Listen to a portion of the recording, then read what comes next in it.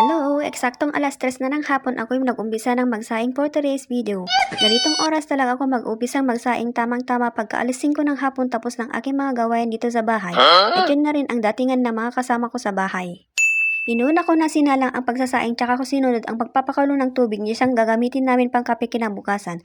At habang hinihintay kong maluto ang sinaing, inumpisan ko na rin maghanda ng ulo namin ngayon. Naghiwa na rin ako ng karning baboy para siyang i-adobo ko mamaya. Imamarinate ko muna ng mga ilang segundo para mas malasa. Pagkaluto ng sinaing, sinunod ko naman ang papapakulo ng tubig at habang hinihintay natin kumulo ako'y nagsusundo muna sa aking bunso sa eskwelahan. Nakatambay ako dito sa may playground ng mga bata habang hinihintay kong lumabas ang bunso ko. Pagka-uwi namin sa bahay, inumpisan ko na rin ang pagluluto. Mag-isa na ako ng bawang at sibuyas para sa pag-aadobo. Nilagay ko na ang patatas, hinalo konti, tas nilagay ko na rin ang karne, hinalo-halo ko muna ng a little bit.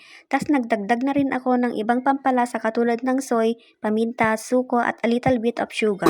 Nagdagdag na rin ako ng konting tubig para palambutin at lutuin ng mabuti ang karne. At habang hinihintay natin maluto ang adobo, maglilinis at maghihimay-himay na rin ako ng mushroom para may pangsabaw.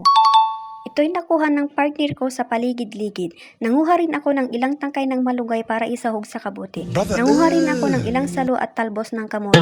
Nakulo na rin ang nakasalang kaya naman pinaghahalo-halo ko muna tsaka ko tatakpan ulit para tuluyan ng maluto.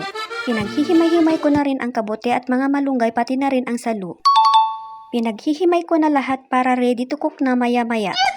Iniwa-hiwa ko nga pala ng maliliit ang dahon ng salo para mas malapot ang sabaw ng dinengdeng.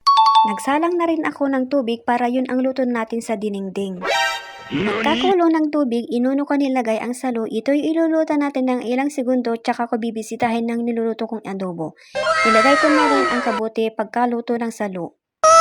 Inalo-halo ko muna bago ko nilagay ang malunggay at talbos ng kamote. Tsaka ako naglagay ng pampalasa tulad ng asin at seasoning. Timing talaga at luto na rin ang inaadobo ko. Inalo-halo ko muna bago ko hinango at nilagay sa stainless bowl. Gabi lang kami magsabay-sabay kung kumain mga ante. Halina't kakain na. Thank you Lord sa pagkain.